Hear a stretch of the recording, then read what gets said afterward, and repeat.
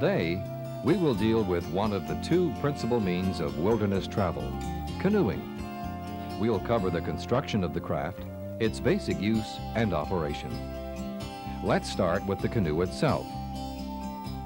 Our most versatile watercraft, it can be paddled, poled, rowed, or powered by motor or sail. In addition, it can be easily carried over land. Like people, canoes come in a variety of shapes and sizes. These differing characteristics have a direct effect on the carrying capacity and the speed and ease of movement through the water. To select the craft best suited to your requirements, you must be familiar with these differences. Firstly, the bottom can be either flat or rounded. A canoe with a flatter bottom will ride higher on the water's surface. This makes it slower and less maneuverable. At the same time, its stability and carrying capacity will be greater. Canoes with flatter bottoms are preferable for larger loads and long open water travel. Canoes with a rounder bottom ride lower in the water. This results in less stability and reduced load capacity. It also allows for greater speed and maneuverability. Rounder bottom canoes are the choice for faster travel, whitewater, frequent portages, and light loads. There are also differing degrees of hull taper at the front and rear of the craft. Greater taper means less resistance while cutting through the water. More extreme tapers are used primarily for racing. The more moderate the taper, the greater the stability and carrying capacity. Less extreme taper is common to tripping and touring models. Another variable is length. The longer the canoe, the larger its load capacity, slower its rate of travel, and less its maneuverability. Today's canoes are usually between 12 and 18 feet in length. Two other factors worth noting are width and depth. The wider the craft, or the greater its depth, the more stable it will be, and the larger its load capacity. These characteristics result in less speed and maneuverability. Depth determines freeboard, a word well worth remembering. This is the distance from the waterline to the top side at the center point of the craft. It has a direct bearing on the stability in fast or turbulent water. Now to the essential parts of the canoe and the terms which describe them. Most of the names come from terminology applied to old-time sailing ships. The front is called the bow. The back or rear is the stern. Remember, bow front, stern rear. Note the stern seat is closer to the rear than the bow seat is to the bow. This is no accident. It has a direct bearing on both the stability of the craft and its being able to float relatively flat from front to rear on the water's surface. It also governs the sitting positions. When paddling alone, you sit on the bow seat facing towards the stern. Two persons sit on the bow and stern seats facing and paddling toward the bow. When three people are paddling, the third person kneels on the bottom, resting against the thwart. This is a cross support located at the middle of the canoe. Some larger canoes have two thwarts. All canoes have an edging strip which runs around the top called the gunwale. It provides support and protects the top edge of the sides. Some canoes have a spine running along the center of the bottom. Called the keel, it is usually the same material as the canoe itself. While adding strength to the structure, it also helps prevent side drifting in a current or turbulent water. It is either modified or left off models designed for fast water travel because of its negative effect on side maneuvering. Canvas cedar strip canoes have ribs, which are V or U-shaped wooden slats. They provide the skeleton which maintains the overall shape and support for the wood planking which runs from front to rear. Ribs are not found on aluminum, fiberglass, or synthetic models. They are molded as opposed to hand constructed. The beam is the distance between the outside edges of the gunnels at their widest point. The painter is a piece of rope used to pull or secure the canoe. And finally, there is an imaginary line which marks the level to which water rises as the canoe is submerged. This is the water line. It moves upward as the canoe is loaded and settles deeper into the water. Having covered the components, this is as good a time as any to become familiar with 4 basic nautical terms. When proceeding forward, the port side is to your left and starboard to the right. Once again, port, left, starboard, right. The windward side is that from which the wind is blowing.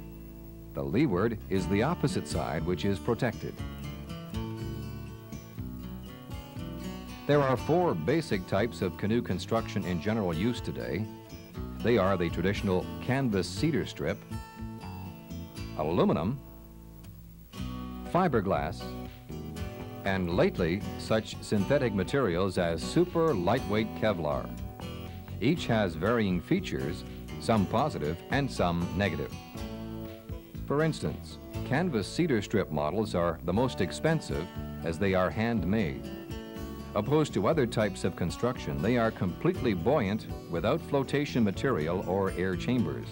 However, they require considerably more maintenance. Aluminum canoes are noisiest and yet the most buoyant on the water's surface. While fiberglass and synthetic models are more durable, they will sink without flotation material or air chambers. Regardless of the type of construction, a canoe bottom is a relatively thin layer. Easily damaged, never attempt to load, drag, or pull it over any hard or resistant surface. The result can be a cut, tear, or puncture. The canoe is designed to hold added weight by displacing water. It is unable to adjust to weight without displacement depth. Before entering, assure it is fully submerged in the water. The depth must be sufficient so when weight is added, it will not touch any underwater obstruction. A similar practice should be followed when leaving or unloading the canoe. When traveling in the wilderness, you require a diversified craft. Load capacity must be more than sufficient for both the occupants and their gear. As well, it must be durable, stable enough for all water conditions, and yet light for easy carriage over portages.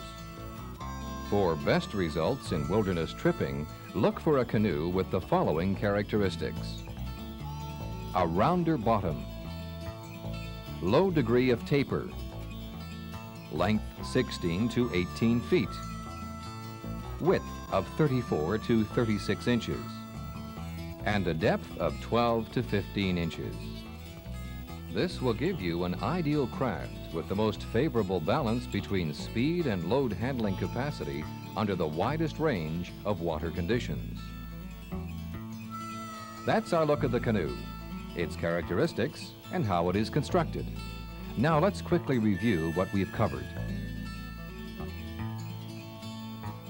Canoes have either flat or rounder bottoms, varying degrees of hull taper, and differing lengths. 2 other factors are width and depth. The depth determining the freeboard. There are the bow, stern, thwart, gunnel, painter, and keel. Ribs are found on canvas cedar strip models. The beam is the distance between the side and the widest point. The water line is the line to which the water rises as the canoe is submerged. The port side is to the left and the starboard to the right. There are also the windward and leeward sides. And finally, there are 4 types of canoe construction: canvas cedar strip, aluminum, fiberglass, and the newer synthetic models. Having learned these fundamentals, you can now turn to the skills necessary to handle a canoe.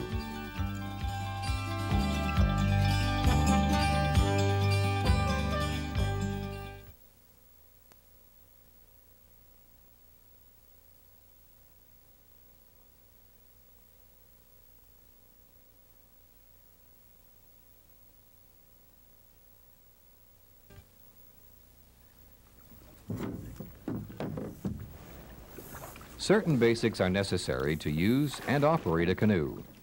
Let's start at the beginning by getting in. New or used, check the craft carefully before entering. This is particularly important before setting out on an extended trip. Start with the exterior surface, that exposed to the water. Examine it carefully for any flaws, cuts, or leaks. Make sure the seats and thwart are fully secured.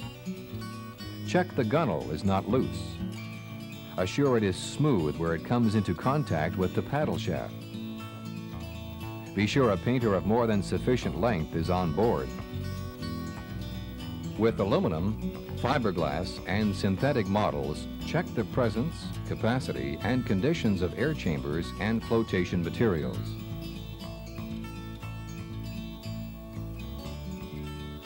You enter by placing your weight evenly on the bottom. If entering from above the water level, place both feet in the center of the bottom. This allows maximum stability. If entering level with the water surface, you place one foot in the center of the bottom, while resting each hand on the gunnels. This distributes the body weight evenly. Using the arms and hands for balance, you then lift the remaining foot, placing it in the center bottom as well. To move the length of the craft, avoid placing your weight too far to either side. This is effected by laying the paddle from gunnel to gunnel. Acting as a stabilizing bar, it distributes your weight evenly. Then you advance with the paddle in front. Now let's turn to moving the craft. A canoe can be moved forward either bow or stern first. In either case, the most weight must be placed in the end opposite the direction of travel. As discussed earlier, if paddling by yourself, you sit on the bow seat, facing and paddling towards the stern. If you were to sit on the stern seat, the bow would ride close to or out of the water. The ability to maneuver the craft would be lost. All canoes are designed with the bow seat closer to the front than the stern seat is to the rear. This factor allows the craft to ride level on the water's surface whether there are 1, 2, or more occupants. With 2 paddlers, they sit on the bow and stern seats facing and paddling toward the bow. Canoes 16 feet in length and over can conveniently hold a 3rd occupant. If paddling, this person should be kneeling on the bottom, resting against the thwart. With 2 thwarts, the one furthest from the bow will be used. It is important the weight of the occupants and their gear be distributed so the canoe rides level. When there are 2 occupants, the heavier sits on the stern seat. If 3 occupants, the heavier of the bow paddler and 3rd person sits in the middle. In its forward movement, the canoe is propelled by a combination of cruising and steering strokes. Before examining these stroking techniques, let's first look at the paddle and the manner of using it. As you can see, the paddle is divided into 3 distinctive parts: the grip at the top, the shaft between the grip, and the blade at the bottom. You'll find blades come in a variety of sizes from wide to thin. The wider the blade, the greater the pull and the more energy required. As with most things, moderation should prevail. For normal use, select a blade 5 to 6 inches wide. Through use or abuse, the blade may tend to split. This is more common with a flatter blade bottom than one which is tapered. If setting out on an extended trip, if any deterioration or splitting is evident, a simple preventative measure is to wrap the blade with tape at its widest point, much like a hockey stick. Now to the paddle strokes. They propel and maneuver the canoe. As you can see, in holding the paddle, one hand is placed firmly over the grip at the top, while the other is placed on the shaft just above the blade. Use the paddle on the side preferred, although to become an accomplished canoeist, you must learn to paddle on either side. The canoe can be paddled in either a sitting or kneeling position. Let us start with the basic cruising stroke. While it moves the canoe forward, it does not govern its course or direction. You begin by extending the blade forward, then pulling it backwards through the water until it becomes fully submerged. You continue pulling until the blade leaves the water behind you. This action is called a sweep. You exert pull from the time the blade touches the water, adding strength as it moves deeper towards the rear. As can be seen, if you use this stroke while paddling alone, the canoe will move in the direction opposite to the side on which you are paddling.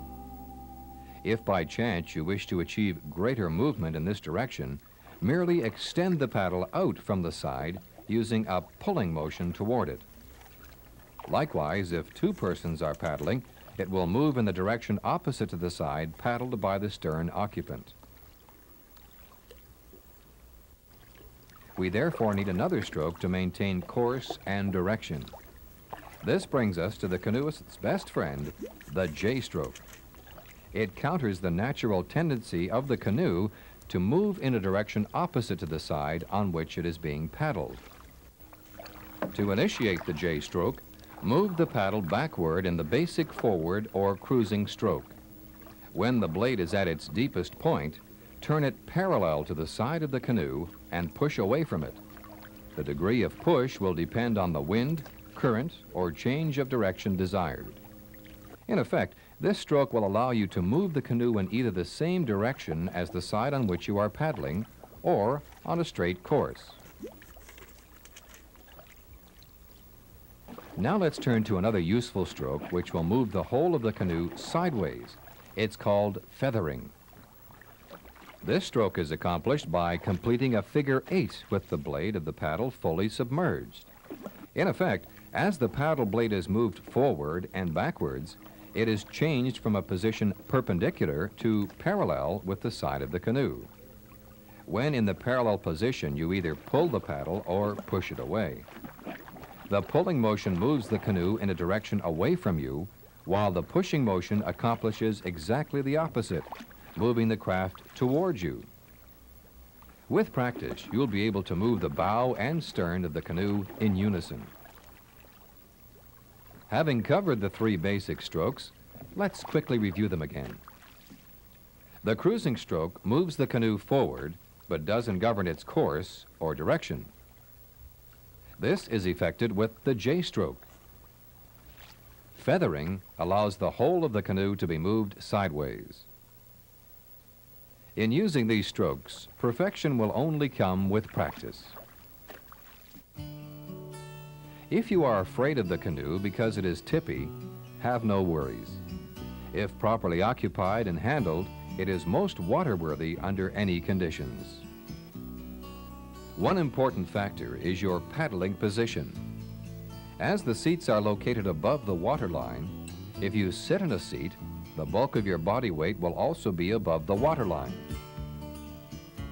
While no problem under normal conditions, it will severely affect the stability of the craft in turbulent or fast water.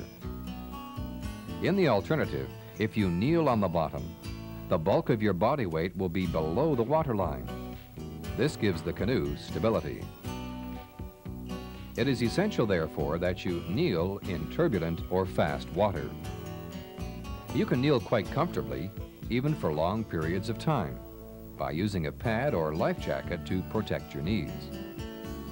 If you prefer the sitting position, be constantly prepared to assume the kneeling position should there be any turbulence or fast water. Safety is a factor you must always consider. A canoe tripper must have the ability to swim well in a variety of water conditions. This greatly reduces the hazards of a water mishap compared with many boaters who are, in fact, non-swimmers. While the constant wearing of life jackets is required by law in many jurisdictions and highly recommended by most water safety experts, this can take a toll on extended canoe trips due to humidity, the heat of the sun, or the physical exertion of paddling. To allow for safety and yet assure your comfort, the following are recommended. When the wearing of a life jacket is unbearable, place it under the seat or kneel on it. In this way, it will be immediately available in case of an emergency. Where there is any turbulence, under unsettled weather conditions, or when traveling in fast water, wear a life jacket. Be aware that in other than ideal circumstances, a canoe can capsize without warning. While this is normally due to misjudgment or lack of proper care or attention, it can leave you unconscious or injured without the opportunity of swimming or attaching a life jacket. If there is even a remote possibility of this occurring, particularly when you are gaining experience, wear the jacket. There must be one life jacket for each occupant. All jackets must have proven flotation ability and fit comfortably yet securely. It's a good precaution before using your jacket to try it on and test it. It should go on easily and hold your head above the water's surface. That's the basics of canoe handling. Now a quick review. We have covered the initial steps of checking the canoe before use, getting in, and moving once aboard. You have been shown how one person sits on the bow seat facing and paddling towards the rear, while 2 or 3 persons face and paddle in the opposite direction. We have looked at the components of a paddle and how to use it to propel the canoe. We have the 3 basic paddling strokes: cruising, the J, and feathering. And finally, we have dealt with stability and safety. Now, with practice and experience, you can progress to the skills that go into advanced canoe handling.